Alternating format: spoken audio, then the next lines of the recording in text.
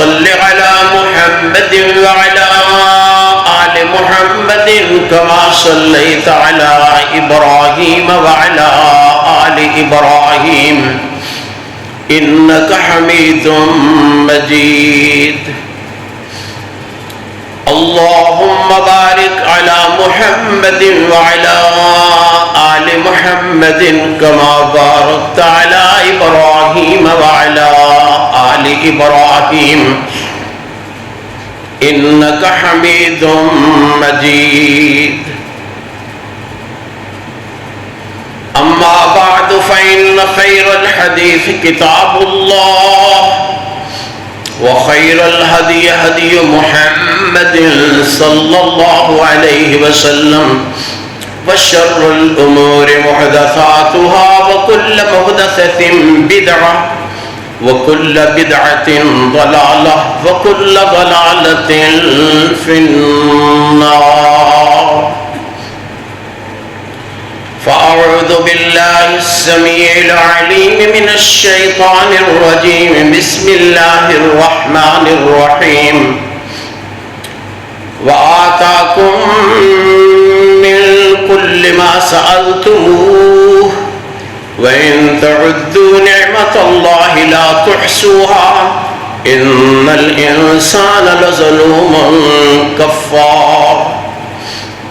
وإذ قال إبراهيم رب اجعل هذا البلد آمنا واجنبني وبني أن نعبد الأصنام رب إنهن أضللن كثيرا من الناس فمن تبعني فإنه مني ومن عصاني فإنك غفور رحيم. ربنا إني أسكنت من ذريتي بواد غير ذي زرع عند بيتك المحرم ربنا ليقيموا الصلاة فاجعل أفئدة من الناس تهوي إليهم وارزقهم من الثمرات لعلهم يشكرون. ربنا إنك تعلم ما نخفي وما نعلن وما يخفى على الله من شيء في الأرض ولا في السماء. الحمد لله الذي وهب لي على الكبر إسماعيل وإسحاق إن ربي لسميع الدعاء. رب اجعلني مقيم الصلاة ومن ذريتي ربنا وتقبل دعاء. ربنا اغفر لي ولوالدي وللمؤمنين يوم يقوم الحساب.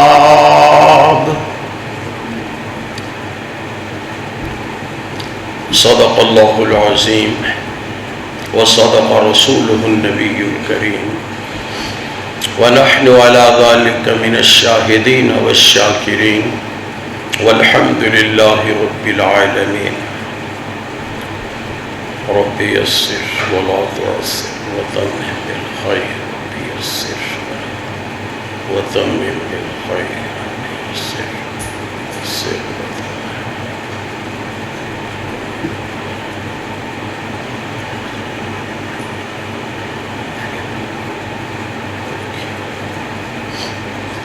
اللہ تعالیٰ نے یہ جہان عالم الاسباب بنایا ہے، یعنی اسباب کا جہان.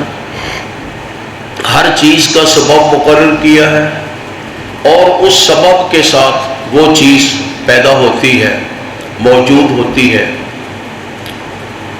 اللہ تعالیٰ چاہتے تو اپنی قوت کاملہ کے ساتھ جو بھی چاہیں بغیر کسی سبب کے پیدا فرما دیتے، لیکن اللہ تعالیٰ نے بعض حکمتوں کی وجہ سے اس جہان کو اسباب کے ساتھ مربوط کر دیا. اب یہاں ہمیں جو چیز مطلوب ہو اس کے اسباب ہمیں تلاش کرنا ہوں گے، اس کے اسباب اختیار کرنا ہوں گے، اور جب اسباب مہیا ہو جائیں گے پھر اللہ تعالیٰ اس چیز کو وجود میں لاتے ہیں. عموم ایسے ہی ہے. کہ اسباب اختیار کرنا ضروری ہے تب وہ چیز وجود میں آتی ہے. لیکن اللہ تعالیٰ قدیر ہے، ہر چیز پہ خوب قدرت رکھتے ہیں. کبھی اللہ تعالیٰ چاہیں تو تمام اسباب کی بجائے کسی ایک سبب کے ساتھ بھی کوئی چیز وجود میں لا سکتے ہیں. میں نے آپ کے سامنے ایک رکوع تلاوت کیا ہے سورہ ابراہیم کا. یہ سورت منسوب ہے حضرت ابراہیم علیہ السلام کی طرف، کیونکہ اس کا یہ پورا رکوع حضرت ابراہیم علیہ السلام کی ایک دعا پہ مشتمل ہے. اسباب تو بہت سے ہوتے ہیں، اسباب مادی بھی ہوتے ہیں، روحانی بھی ہوتے ہیں. یہ نہ سمجھیے کہ روحانی اسباب وہ اسباب نہیں، مادی اسباب بھی اسباب ہیں اور روحانی اسباب بھی اسباب ہیں. مادی اسباب کے ساتھ ساتھ روحانی اسباب کو اختیار کرنا بھی ضروری ہے. مادی اسباب تو یہ ہیں جو ہمیں اللہ تعالیٰ نے دنیا میں عطا فرمائے، اس کے بعد وہ چیز واقع ہوتی ہے. لیکن اس کے ساتھ ساتھ روحانی اسباب بھی اختیار کرنے چاہیے. مومن اور کافر میں یہی فرق ہے کہ مومن وہ صرف مادی اسباب پہ اعتبار کرتا ہے، مادی اسباب اختیار کر کے یہ سمجھ لیتا ہے کہ اب میرا مقصود پورا ہو جائے گا. لیکن مومن آدمی وہ مادی اسباب بھی اختیار کرتا ہے لیکن ان کو کافی نہیں سمجھتا، بلکہ ان کے ساتھ ساتھ روحانی اسباب بھی اختیار کرتا ہے. جناب رسول اللہ صلی اللہ علیہ وسلم کی پوری زندگی ان چند الفاظ کی تفسیر ہے کہ آپ نے کبھی بھی نہ مادی اسباب کو چھوڑا نہ روحانی اسباب کو چھوڑا.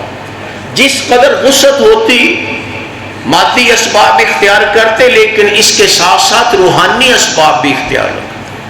آج ہم میں یہی کمی ہے کہ ہمیں مادہ پر زیادہ اعتماد ہو گیا ہے اور روحانی اسباب کو ہم شاید زائد سمجھتے ہیں، لیکن یہ غلط بات ہے. آپ کی زندگی ملاحظہ فرمائیے، حضور اکرم صلی اللہ علیہ وسلم غزوہ بدر میں جب تشریف لے گئے تو جو کچھ آپ کے پاس اسباب تھے وہ آپ نے تمام اختیار کیے. یہ نہیں کیا کہ مسجد نبوی میں بیٹھ کر صرف دعا کر دی کہ یا اللہ ہم کو فتح عطا فرما. یقیناً اللہ تعالیٰ اس بات پہ قادر ہیں کہ صرف دعا کے ساتھ، جیسے میں نے پہلے کہا، اللہ تعالیٰ چاہیں تو ایک سبب کے ساتھ بھی اس چیز کو وجود میں لا سکتے ہیں. اگر اللہ چاہتے تو ایک صرف دعا کرنے سے ہی آپ کو فتح حاصل ہو سکتی تھی، لیکن اس کے باوجود آپ نے صرف دعا پہ بھروسہ نہیں کیا بلکہ مادی اسباب بھی اختیار فرمائے. جو ساتھی آپ کے میسر تھے 313 یا اس کے کم و بیش، ان ساتھیوں کو لیا. جو اسلحہ میسر تھا وہ اسلحہ لیا، جو گھوڑے وغیرہ مل سکتے تھے وہ بھی لیے، اور پھر یہ اسباب اختیار کر کے جو زریں تھیں وہ زریں پہن کر، اگر خود تھے تو خود پہن کر حضور اکرم صلی اللہ علیہ وسلم میدان جنگ میں آئے، ساتھیوں کو لے کے آئے. یہ تھے مادی اسباب. حضور اکرم صلی اللہ علیہ وسلم نے اپنی صف بندی کی، صحابہ کو بتایا تم نے کل جنگ میں فلاں جگہ کھڑے ہونا ہے، تمہارا یہ کام ہے، تمہارا یہ کام ہے، تمہارا یہ کام ہے. ان کی صف بندی کی، ان کی ذمہ داریاں متعین کی، اور اس کے بعد پھر خود اللہ کے رسول صلی اللہ علیہ وسلم اپنے چھپر کے نیچے تشریف لے گئے، جو آپ کے لیے سادہ سا چھپر بنایا گیا تھا. اور وہاں کھڑے ہو کر پھر آپ نے اتنی لمبی دعا کی، اتنی لمبی دعا. حضرت ابو بکر رضی اللہ تعالیٰ عنہ آپ کے پیچھے پیچھے گھوم رہے تھے. وہ آپ کے حضر و سفر کے ساتھی، حضور اکرم صلی اللہ علیہ وسلم کے عسر و یسر کے ساتھی، وہ کبھی بھی آپ کو اکیلا نہیں چھوڑتے. انہوں نے ہجرت جیسے ایک اہم موقع پر بھی آپ کو اکیلا نہیں چھوڑا. خود بھی اکیلے تھے اور آپ بھی اکیلے. یہ نہیں سوچا کہ میں اکیلا کیا کر سکوں گا.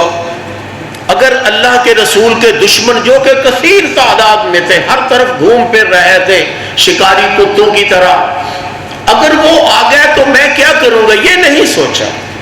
کیوں؟ انہوں نے اپنی زندگی وقف کر دی تھی جناب رسول اللہ صلی اللہ علیہ وسلم کی زندگی کے ساتھ، اس لیے تنہا اپنے آپ کو پیش کیا، اے اللہ کے رسول اس سفر میں آپ کے ساتھ چلوں گا، بلکہ گزارش کی، عاجزی کے ساتھ گزارش کی، اے اللہ کے رسول مجھے ضرور ساتھ لے کے جائیے۔ فرمایا ٹھیک ہے ابو بکر تم میرے ساتھ جاؤ گے۔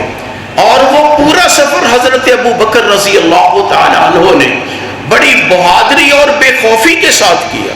اسلحہ تو نہیں تھا ان کے پاس کوئی زیادہ، صرف تلوار تو ہر عرب کے پاس سفر کے دوران بھی ہوتی تھی، عام چلتے پھرتے بھی تلوار پہن کر چلتے پھرتے تھے، اس کو اسلحہ نہیں شمار کیا جاتا۔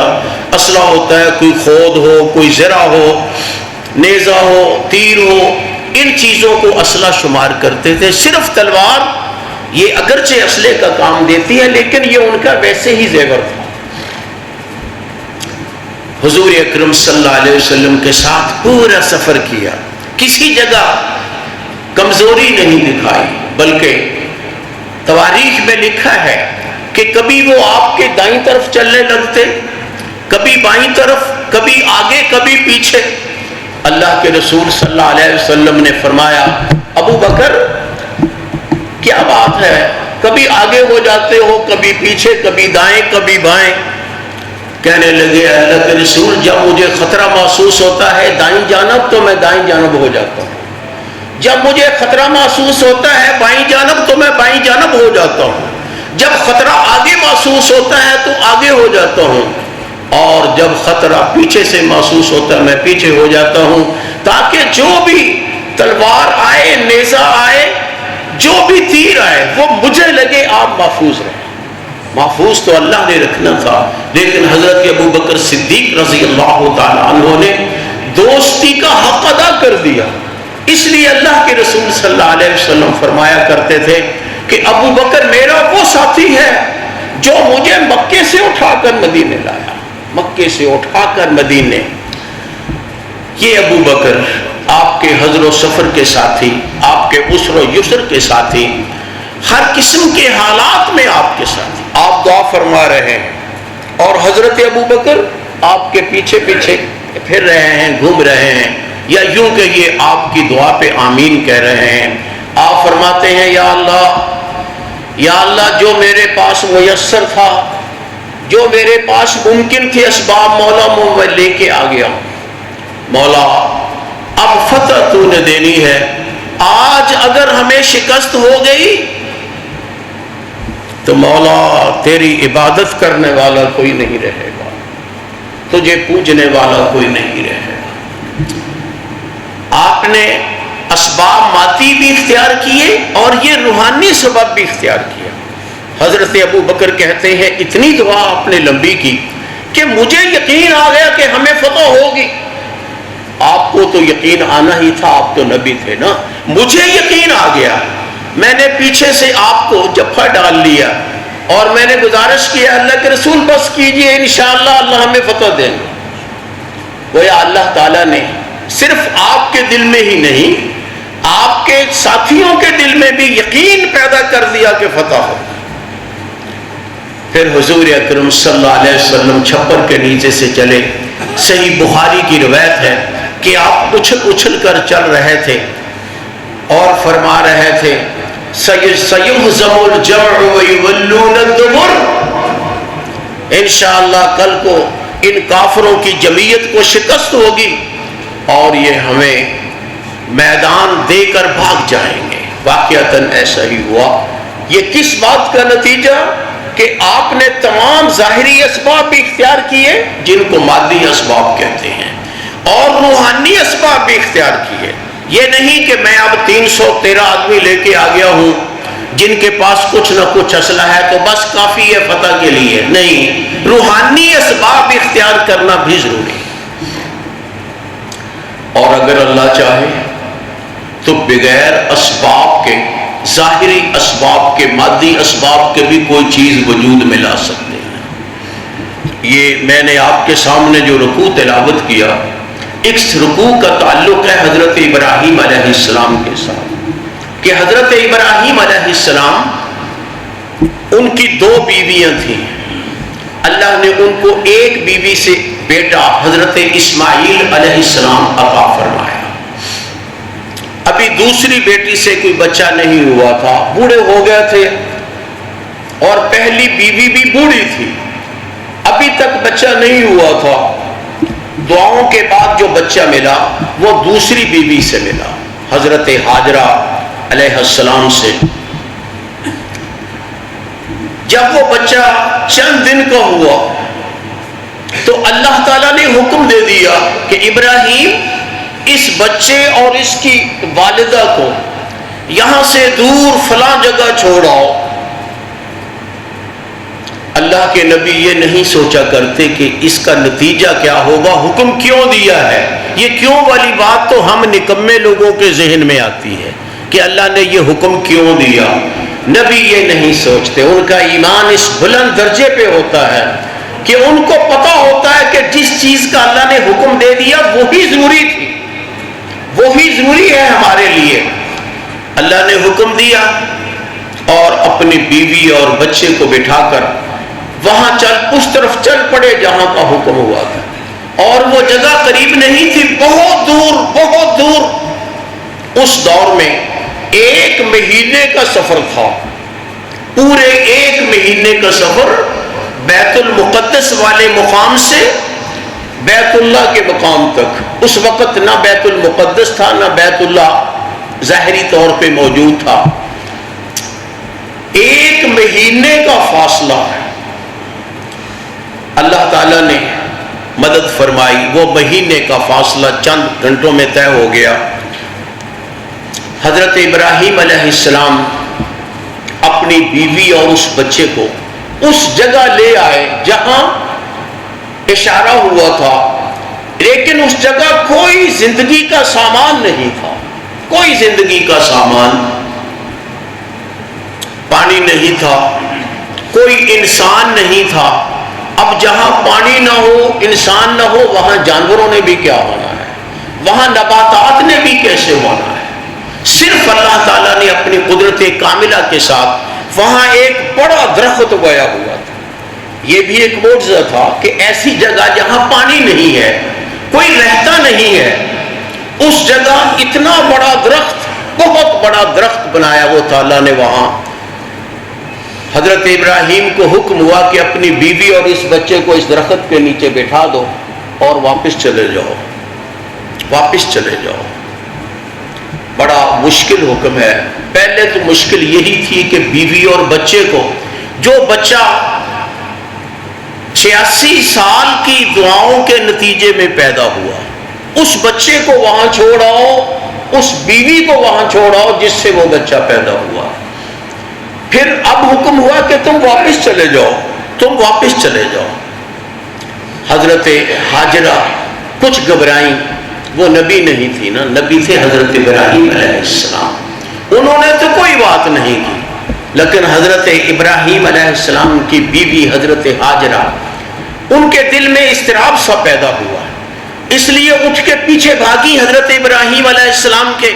یا ابراہیم الی من تترکنا، ابراہیم کس کے پاس چھوڑ کے جا رہے ہو؟ ہمیں یہاں چھوڑ رہے ہو، جا رہے ہو، یہاں نہ پانی ہے نہ کوئی انسان ہے، زندگی کی کوئی نشانی ہی یہاں نہیں، ہمیں کہاں چھوڑ کے جا رہے ہو؟ لیکن وہ اللہ کا بندہ، اللہ کا نبی، عظیم نبی، صحیح بخاری کی روایت میں اب پیچھے مڑ کر بھی نہیں دیکھتے. بیوی پیچھے بھاگی آ رہی ہے اور کہہ رہی ہے الی من تترکنا یا ابراہیم، لیکن پیچھے بھی نہیں دیکھ رہے. جب کافی دور چلے گئے تو حضرت ہاجرہ نے سوچا کہ میں اپنا سوال ہی بدل لوں، جواب جو نہیں دے رہے میں سوال بدل دیتی ہوں. سوال بدلا، کہنے لگی کیا آپ کو اللہ تعالیٰ نے اس بات کا حکم دیا ہے کہ ہمیں یہاں چھوڑ کے واپس چلے جاؤ؟ ابراہیم علیہ السلام نے بغیر پیچھے دیکھے جواب دیا، ہاں مجھے اللہ نے اس بات کا حکم دیا ہے. بس صرف اتنے کلمات کہے. حدیث میں آتا ہے، صحیح بخاری کی حدیث میں، کہ حضرت ہاجرہ بھی واپس ہو گئی یہ لفظ سن کر اور یہ بہترین کلمات ادا کیے جو ایک مومن کے لیے ہمیشہ مشعل راہ ہے. کیا؟ اذن لا یضیعنا ابدا. یہ جملہ حضرت حاجرہ کا کہا ہوا ہے. اگر اللہ نے حکم دیا ہے ہمیں یہاں ٹھہرنے کا اور آپ کو جانے کا تو اللہ ہمیں کبھی ضائع نہیں کرے گا. اللہ ہمیں کبھی ضائع نہیں کرے گا.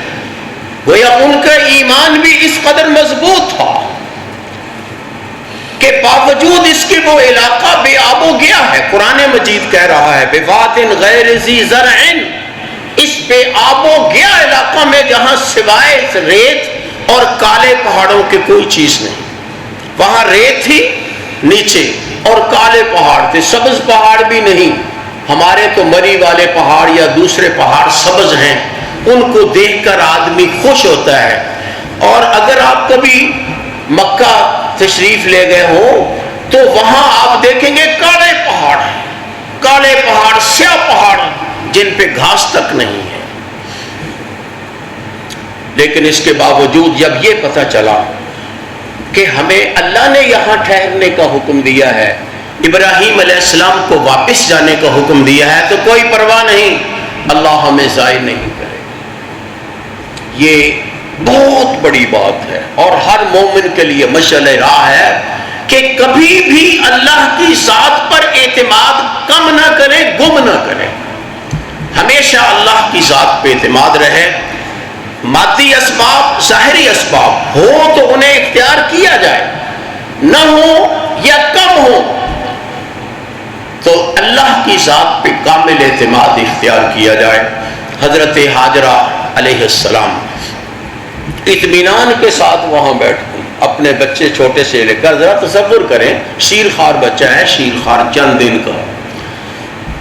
اور حضرت حاجرہ بھی کوئی بڑی عمر کی خاتون نہیں تھی، پہلا ہی بچہ ہے ان کا. وہ کسی نے خدمت کے لیے عطا کی تھی. چھوٹی عمر تھی ان کی بھی، 17 سال کہہ لیں، 18 کہہ لیں، 19 20 22 25 کہہ لیں، بس یہی عمر تھی. ایک نوجوان دوشیزہ جس کے پاس سوائے ایک شیرخوار بچے کی کچھ بھی نہیں، لیکن ایمان اتنا مضبوط ہے کہ اس بے آب و گیا اور ویران علاقے میں چپ کر کے بیٹھ جاتی. یہ خطرہ نہیں کہ یہاں اگر کوئی آ گیا تو کیا ہوگا، میرا کیا بنے گا، میرے بچے کا کیا بنے گا. ان حالات میں حضرت ابراہیم علیہ السلام نے جب ذرا ان سے اوجل ہوئے، پہاڑ کی اوٹ میں ہوئے، پہلے تو نہیں دیکھا پیچھے مڑ کر بیوی کو نہ بچے کو، لیکن حدیث میں آتا ہے کہ جب پہاڑ سے اوجل ہوئے، جہاں سے وہ نہیں دیکھ سکتے تھے حضرت ابراہیم کو، اس جگہ کھڑے ہو کر اپنا منہ کیا ان کی طرف اور پھر دعا کی اللہ تعالیٰ سے، جو دعا یہاں اس رکوع میں منقول ہے. ربنا انی اسکنت من ذریتی، اے اللہ میں نے اپنی ایک بیوی اور بچے کو اس بے آب و گیا وادی میں ٹھہرایا ہے تیرے محرم حرمت والے گھر کے پاس. گھر بنا نہیں تھا ابھی، کسی وجہ سے وہ گھر ناپید ہو گیا تھا. لیقیموا الصلاۃ، یا اللہ میں نے اس لیے ان کو یہاں ٹھہرایا ہے کہ یہاں یہ تیری عبادت کیا کریں، تیری عبادت کا نظام قائم کریں.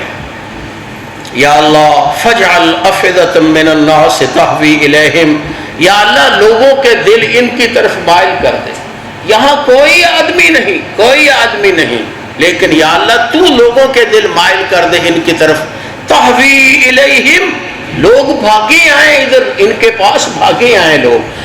وارزقہم من الثمرات، اور یا اللہ ان کو پھلوں کا رزق عطا فرما، ان کو پھل عطا فرما. اب دیکھیے ظاہری اسباب نہیں تھے، اور وہاں تو پانی نہیں تھا، پھل کہاں سے آئے؟ پانی نہیں، پھل کہاں سے؟ لیکن جس قدر اسباب اپنے پاس تھے وہ اختیار کر لیے. ایک تھیلی کھجوروں کی اور ایک چھاگل پانی کی، یہ ان کے پاس رکھ دی. ایک تھیلی دے دی ان کو کھجوروں کی، کھجوریں کھائیں، اور پانی کی چھاگل دے دی، اس سے پانی پیئیں. بس دو ہی چیزیں ان کے پاس تھی، وہ وہاں رکھ دی اور خود واپس چلے گئے. یہ دعا کی انہوں نے کھڑے ہو کر پہاڑ کی اوٹ میں، اور پھر واپس چلے گئے۔ دل میں کوئی خدشہ نہیں تھا کہ یہ ضائع ہو جائیں گے۔ ان کے دلوں میں بھی، حضرت ہاجرہ کے دل میں بھی خدشہ نہیں تھا کہ ہم ضائع ہوں گے، اور واقعتاً اللہ نے ان کو ضائع نہیں کیا۔ ظاہری اسباب تو کوئی نہیں تھے، کوئی اسباب نہیں تھے، یہی تھی۔ اگر کوئی مادی آدمی سوچتا، مادی ذہن والا آدمی، تو یہی سمجھتا یہ مر جائے گا، بھوکا بچہ مر جائے گا، اس کی ماں مر جائے گی، کب تک گزارا کریں گے؟ ایک چھاگل پر اور ایک تھیلی کھجوروں پر کب تک گزارا کریں گے؟ اور واقعتاً وہ وقت آیا، وہ کھجوریں ختم ہو گئی، پانی کی چھاگل بھی خالی ہو گئی، ماں کا سینہ دودھ سے خالی ہو گیا، بچہ بلکنے لگا، بچہ لوٹ پوٹ ہونے لگا، جیسے آخری سانسوں پہ ہو۔ اللہ تعالیٰ آخر تک امتحان لیتے، ہم ذرا جلدی گھبرا جاتے، اللہ تعالیٰ آخر تک امتحان لیتے۔ چاہتے تو زمزم کا چشمہ پہلے بھی چل سکتا تھا، کوئی بڑی بات نہیں تھی، لیکن دنیا کو بتا دیا کہ جب اللہ پہ بھرپور توکل کیا جائے پھر اللہ تعالیٰ معجزے صادر کرتے ہیں۔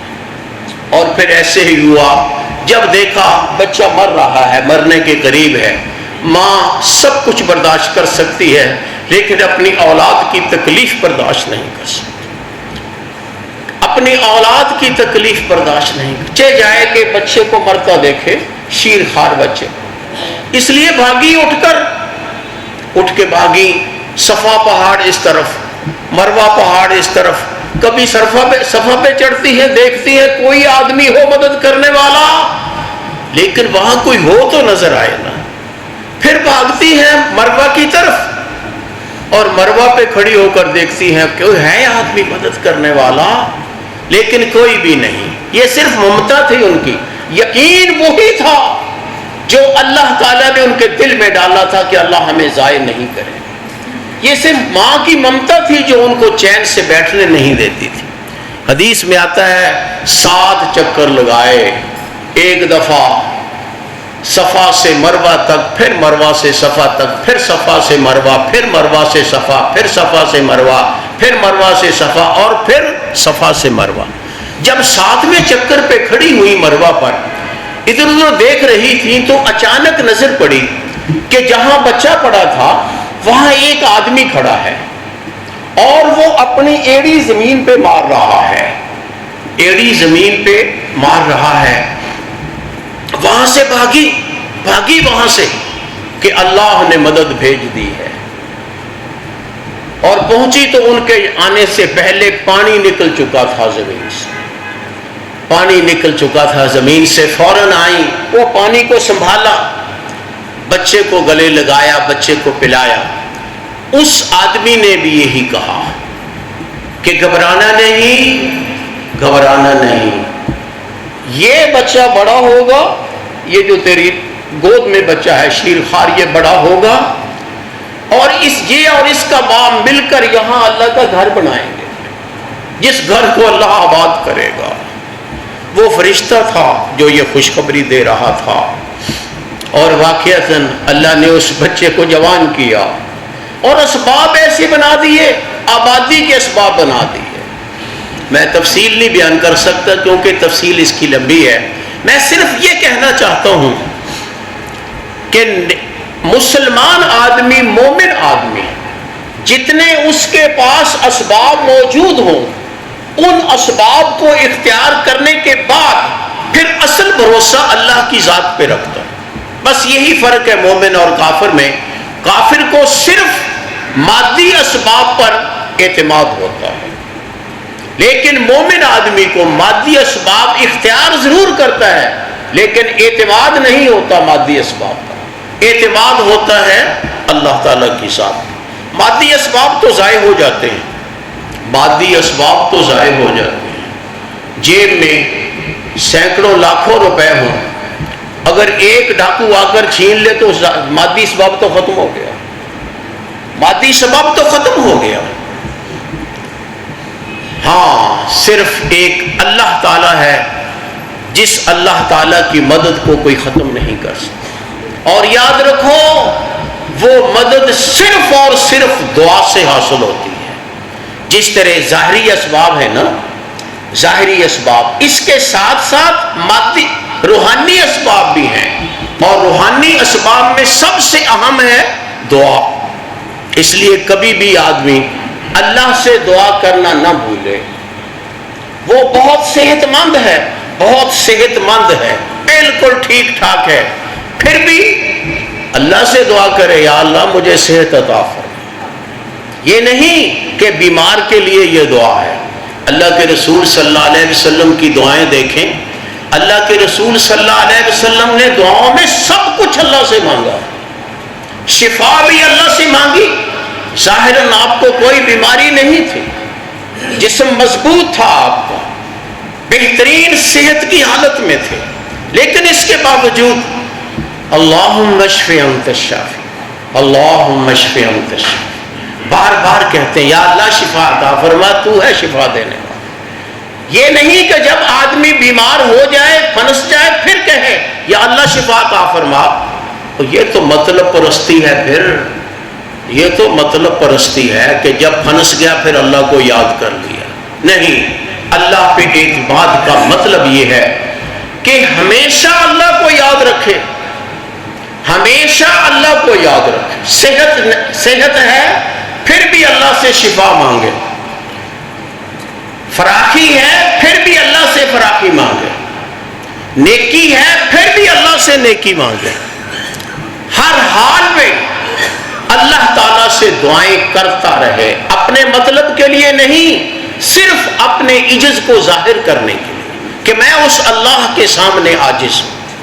یہ جو صحت، مثلا آپ مجھے دیکھ رہے ہیں کہ کوئی ظاہراً کوئی بیماری نہیں، الحمدللہ ٹھیک ٹھاک ہوں، اللہ نے ہر بیماری سے محفوظ رکھا ہے، لیکن کیا ضمانت ہے اس بات کی کہ میں خطبہ بھی مکمل کر سکوں گا یا نہیں؟ کیا ضمانت ہے اس بات کی؟ میں یہاں سے نکل سکوں گا یا نہیں؟ شفا مانگنے کا مطلب یہ ہے کہ یا اللہ جس طرح تو نے مجھے شفا دی ہے، اس شفا کو قائم و دائم رکھ۔ جب انسان پھنس جائے پھر تو یاد رکھیے اپنے مقصد کی خاطر دعا کرتا ہے۔ اصل دعا وہ ہے جو اس وقت کی جائے جب ظاہراً اس کی ضرورت نہ ہو، اصل وہ دعا ہے۔ اس کو یقین ہو کہ میں عاجز ہوں، یہ میرے پاس جو کچھ ہے یہ کسی وقت بھی ضائع ہو سکتا ہے، میری صحت، میری طاقت، میری دولت، میری ذہانت، یہ سب کچھ کسی وقت ختم ہو سکتی ہے، اچانک ختم ہو سکتی ہے۔ کافر شخص ان چیزوں پہ اعتماد کرتا ہے، وہ اللہ کو اگر پکارے گا بھی نہ تو اس وقت پکارے گا جب پھنس جائے گا، جب اس کے کوئی ظاہری اسباب نہیں ہوں گے پھر اللہ کو پکارے گا۔ لیکن مومن کی شان یہ ہے کہ مومن ہر وقت اللہ کو پکارتا رہتا ہے، ہر وقت، کسی وقت بھی اللہ تعالیٰ سے بے نیاز نہیں۔ اللہ تعالیٰ نے ابراہیم علیہ السلام کی یہ دعا جس کے ظاہری اسباب نہیں تھے، ظاہری اسباب نہیں تھے، اللہ تعالیٰ نے بہترین انداز میں قبول فرمایا۔ اور اگر کسی نے اس دعا کی قبولیت کے ثمرات دیکھنے ہیں تو ضرور ایک دفعہ اس علاقے کا دورہ کرے، اس علاقے میں جائے حج کے لیے یا عمرے کے لیے، اللہ تعالیٰ ایسے حالات پیدا فرمائے کہ ہمارا حج و عمرہ جاری ہو جائے۔ کچھ دشمنوں کی سازشیں ہیں یا ہم اپنے لوگوں کی جہالتیں ہیں جن کی وجہ سے ہم حج عمرہ بھی بند کر بیٹھے۔ یاد رکھیے اسے احتیاطی تدابیر نہیں کہتے کہ اپنا کام ہی بند کر دو، یہ احتیاطی تدابیر اختیار کرنا نہیں ہے۔ احتیاطی تدابیر کا مطلب یہ ہے کہ ان تدابیر کو اختیار کر کے اپنا کام کرو۔ اگر حج عمرہ ہی بند کر دیا جائے تو یہ احتیاطی تدابیر کون سی؟ احتیاطی تدابیر یہ تو ہو سکتی ہیں جو بیمار ہے چلو وہ نہ آئے، ٹھیک ہے جی، اس کو روک دیا جائے، بیمار کو روک دیا جائے۔ جو تندرست ہیں ان کو کوئی علاج کے ساتھ، علاج کے طور پر یا دوائی کے طور پہ کچھ دیا جائے، جس طرح آج کل ماسک وغیرہ پہنتے چلو ماسک پہن لے، یا اس قسم کی کوئی اور چیز۔ یہ تو احتیاط ہے، لیکن احتیاطی تدابیر کا یہ مطلب کہاں ہے کہ ہم احتیاطی تدابیر میں ہی پھنس جائیں اور اصل چیز ہی چھوڑ دیں؟ بیت اللہ کو خالی کر دیں، روضہ رسول کو خالی کر دیں احتیاطی تدابیر کے نام پر؟ یاد رکھیے، شریعت ایسے کاموں کی قائل نہیں۔ شریعت کاموں کو کرنے کا حکم دیتی ہے، وہ کہتی ہے احتیاطی تدابیر اختیار کرو جو ہو سکتی ہیں، پھر معاملہ اللہ پہ چھوڑو، لیکن آؤ تو صحیح، نماز تو پڑھو۔ یہ تو نہیں کہ مسجدوں میں نماز پڑھنی ہی چھوڑ دو کہ جی کرونا کا خطرہ ہے نماز پڑھنے نہ آؤ۔ یہ تو ضرور ہے کہ آپ جو سبب اختیار کر سکتے ہیں وہ اختیار کریں، نماز پڑھنے آئیں، یہ معاملہ اللہ کے سپرد کریں، یہ معاملہ اللہ کے سپرد کریں۔ اصل کام اگر ہم چھوڑ دیں تو اس کو کون کہے گا کہ یہ احتیاطی تدابیر ہے؟ یہ تو شکست قبول کرنے والی بات ہے، یہ تو شکست قبول کرنے والی بات ہے۔ یاد رکھیے، ہم نے غیر مسلموں کے بتائے ہوئے طریقے اپنے عبادات میں نافذ کر دیے، غیر مسلموں کے بتائے ہوئے طریقے اپنی عبادات میں نافذ کر دیے۔ 6 فٹ دور کھڑے ہو جاؤ، 6 فٹ دور۔ کیا ہماری عبادت کا یہی طریقہ ہے؟ کیا مسجد میں ہی کرونا پھیل سکتا ہے، باہر بازاروں میں نہیں؟ اور جن دنوں مسجدوں میں لوگ نہیں آتے تھے، یا وہاں مکہ میں جہاں حج عمرہ نہیں ہوتا تھا یا غیر معمولی سا ہوتا تھا، بتائیے ان دنوں بازاروں میں کیا کیفیت تھی؟ لوگ بازاروں میں موجود ہیں، چلتے پھرتے ہیں، وہاں احتیاطی تدابیر کے ساتھ چلتے پھرتے ہیں، تو کیا حج عمرہ نہیں ہو سکتا ہے احتیاطی تدابیر کے ساتھ؟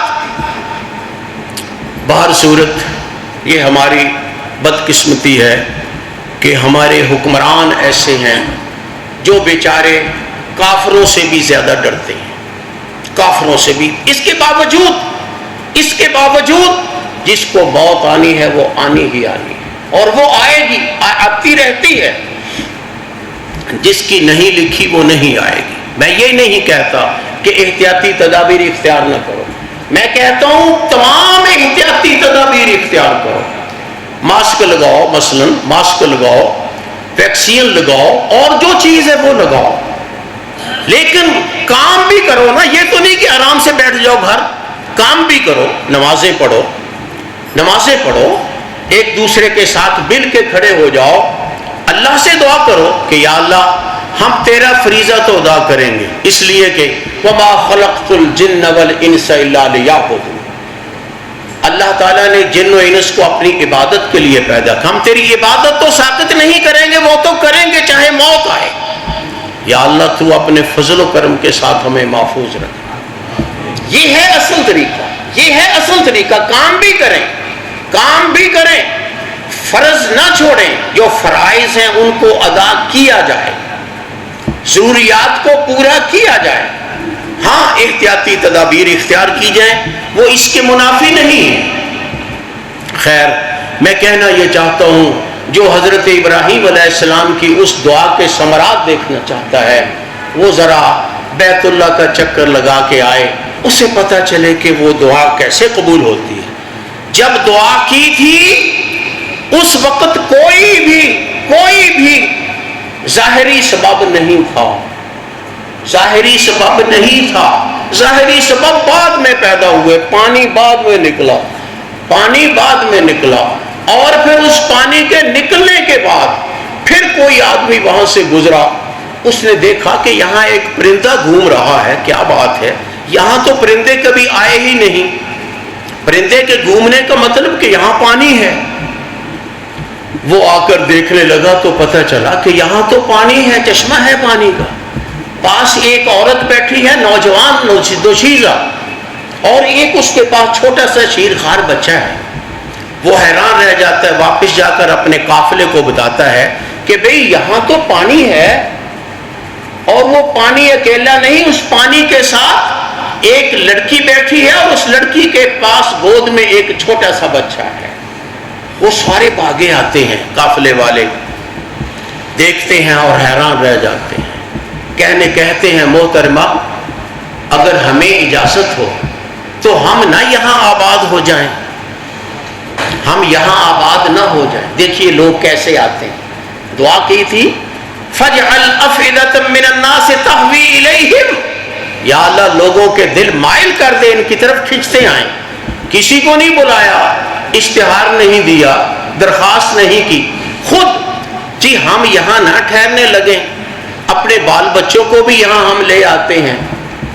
حضرت ہاجرہ نے خوشی سے جواب دیا ٹھیک ہے مجھے کیا ہے، یہ پانی پڑا ہے اللہ کا دیا ہوا پانی ہے، تم نے آنا ہے تم آ جاؤ. حدیث میں آتا ہے کہ حضرت ہاجرہ کے دل میں یہ خوشی پیدا ہوئی کہ چلو لوگ آئیں گے تو بات تو کر لیں گے، کسی سے ایک آدھی بات کر لیا کریں. پھر آبادی ہو گئی، وہ لوگ آ کر بیٹھ گئے ارد گرد.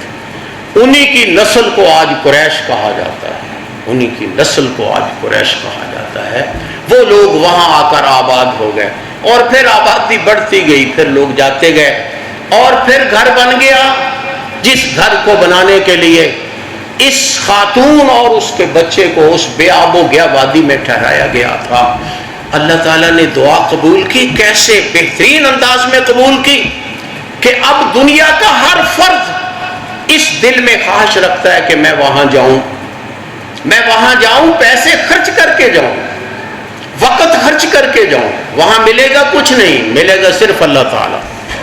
اور جاتے ہیں، دن ہو رات ہو، دوپہر ہو دھوپ ہو اندھیرا ہو، کسی قسم کے حالات ہوں، وہاں قافلے جاتے ہی رہتے. لبیک اللہم لبیک کی صدائیں سنائی دیتی ہی رہتی ہیں. اب لوگ کیسے وہاں جا رہے ہیں اور دنیا کی ہر چیز وہاں ملتی ہے، جہاں کچھ بھی نہیں ہوتا دنیا کی ہر چیز وہاں ملتی ہے. یہ اللہ تعالیٰ نے قرآن مجید میں ان کی دعا بھی نقل کی اور ان کی دعا کے ساتھ پھر ان کے ثمرات کے دیکھنے کی دعوت دی، تاکہ ہمیں اس بات پر یقین آ جائے کہ کبھی بھی اللہ تعالیٰ سے مایوس نہ ہو. جو اسباب ہیں وہ اختیار کریں، اور اگر اسباب کم پڑ گئے نہیں ہیں تو پھر بھی مایوس نہ ہو، اللہ سے دعا کرتے رہیں.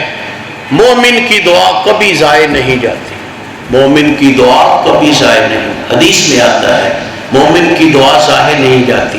جو چیز وہ مانگتا ہے ممکن ہے وہ اس کے لیے بہتر نہ ہو، اللہ اسے نہ دے، لیکن اللہ اس کو اس سے کوئی بہتر چیز دے گا، یا اس دعا کی برکت سے اللہ اس سے کوئی مصیبت ڈال دے گا جو اس پہ آنے والی، اس کو پتہ ہی نہیں ہے کچھ پہ مصیبت آنے والی ہے، وہ اللہ مصیبت ڈال دے گا. یا وہ گنہگار ہے، اللہ اس دعا کے ساتھ اس کے گناہ معاف کرے گا. یا اس کو جنت میں قیامت کے دن زیادہ چیز کی ضرورت ہے نیکیوں کی، تو اللہ تعالیٰ اس کی دعا کو اس کے لیے ذخیرہ بنا دے گا، قیامت کے دن کام آئے. گویا دعا ضائع نہیں جاتی. اس لیے آپ نے فرمایا یہ مت کہو دعوت فلم یستجب لی، میں نے دعا کی، بڑی دعا کی، میری دعا تو قبول نہیں ہوئی. یہ تو اللہ تعالیٰ پہ بد اعتمادی ہے. اللہ دعا قبول کرتا ہے لیکن جس طرح اللہ ٹھیک سمجھتا ہے، یہ نہیں کہ ہمارے ذہن کے مطابق. میرے ذہن میں تو غلطی آ سکتی ہے، میں تو غلط چیز مانگ سکتا ہوں. دعا اللہ قبول فرماتے ہیں جس طرح اللہ صحیح سمجھتے ہیں. دعا کریں اور پھر اپنے آپ کو اللہ کے سپرد کر دیں، بس کہ اب اللہ کا معاملہ ہے، اور کرتا ہی رہے. کرے کا میں نے یہ نہیں کہ ایک دفعہ کرے، ساری زندگی مرتے دم تک کرتا رہے. اور کچھ نہیں ملے گا، نیکیاں ضرور ملیں گی، گناہ ضرور معاف ہوں گے، اور آخرت میں انشاءاللہ ذخیرہ ملے گا. یہ سمجھ کر دعائیں کرتا رہے. وقت پورا ہو گیا ہے، صرف ایک اشارہ کہ دعا کی بہترین صورت ہے درود پاک. دعا کی یہ بھی دعا ہے اور درود پاک بھی دعا، اللہم صلی علی محمد وعلی آل محمد، یہ بھی دعا ہے اور دعا کی بہترین صورت ہے. اس لیے مسلمانوں کا یہ طریقہ رائج ہے کہ جب دعا کرتے ہیں تو درود سے شروع کرتے ہیں، ختم کرتے ہیں تو درود پہ ختم کرتے ہیں، اس لیے کہ یہ بہترین دعا ہے. جو شخص اپنے لیے دعا کرتا ہے اس سے وہ شخص افضل ہے جو دوسرے کے لیے دعا کرتا ہے. دوسرا آدمی دعا کرے دوسرے آدمی کے لیے، حدیث میں آتا ہے اللہ تعالیٰ اس کے حق میں بھی وہ دعا قبول کریں گے جو دوسرے کے لیے کی ہے. اور اگر ہم جناب رسول اللہ صلی اللہ علیہ وسلم جیسی عظیم شخصیت کے لیے دعائیں کریں گے تو یقیناً اللہ تعالیٰ ہمارے حق میں بھی وہ عظیم رحمتوں کی دعا قبول فرمائے۔ اس لیے دعا کرتے رہیں، خصوصاً درود شریف پڑھتے رہیں، جس قدر بھی وسعت ہو، جس قدر بھی وقت ہو، اگر ہم اس دعا کو قائم رکھیں گے تو انشاءاللہ اللہ تعالیٰ ہمیں عظیم رحمتوں سے نوازے گا۔ اس لیے کہا گیا ہے کہ دعا خصوصاً درود کی صورت میں دعا، درود کی صورت میں دعا، فرمایا مجھ پر ایک دفعہ کوئی درود پڑے گا اللہ 10 رحمتیں نازل فرمائے۔ کیوں؟ اللہ کے رسول کے لیے دعا ہے، کسی معمولی شخص کے لیے دعا نہیں ہے، 10 رحمتیں نازل فرماتے ہیں۔ تو میرے بھائی، صرف مادی اسباب میں ہی نہ ہم کھوئے رہیں، بلکہ ہم مادی اسباب ضرور اختیار کریں، کیونکہ یہ اللہ نے دنیا مادی پیدا کی ہے، کوئی شک نہیں، ضرور اختیار کریں، لیکن دعا سے کبھی بھی غافل نہ رہیں۔ سوتے دعا، جاگتے دعا، بیٹھے دعا، کھڑے دعا، پھر کھاتے دعا، پیتے دعا، گھر سے باہر جاتے دعا، گھر کو داخل ہوتے ہوئے دعا، حتیٰ کہ لیٹرین میں داخل ہوتے وقت دعا، لیٹرین سے نکلتے وقت دعا، گھر سے بازار میں جاتے دعا، بازار کو جاتے ہوئے پھر دعائیں۔ آپ سفر کو جاتے تھے تو کتنی ہی دعائیں پڑھا کرتے تھے اللہ کے رسول صلی اللہ علیہ وسلم۔ آج ہماری زندگی جو برکت سے خالی ہے، شاید اس کی وجہ یہ ہے کہ ہم دعائیں بھول گئے ہیں۔ ہم دعائیں، بس ہم دعا صرف اتنی سمجھتے ہیں نماز کے بعد دعا کر لی جائے، ٹھیک ہے، یہ بھی دعا ہے اور بڑی اچھی دعا ہے، بڑا اچھا وقت ہے، لیکن پوری زندگی ہماری دعا کے ساتھ گزرنی چاہیے، تب ہمارا ایمان اللہ پہ قوی ہوگا اور تب انشاءاللہ معجزے صادر ہوں گے۔ اللہ تعالیٰ مجھے اور آپ کو ہر اچھا کام کرنے کی توفیق عطا فرمائے۔ اللہ تعالیٰ مجھے اور آپ کو اپنا عاجز بندہ بنا کر رکھے، اور اللہ مجھے اور آپ کو اپنے سے مانگنے کی توفیق عطا فرماتا ہے۔ وآخر دعوانا ان الحمد للہ رب العالمین۔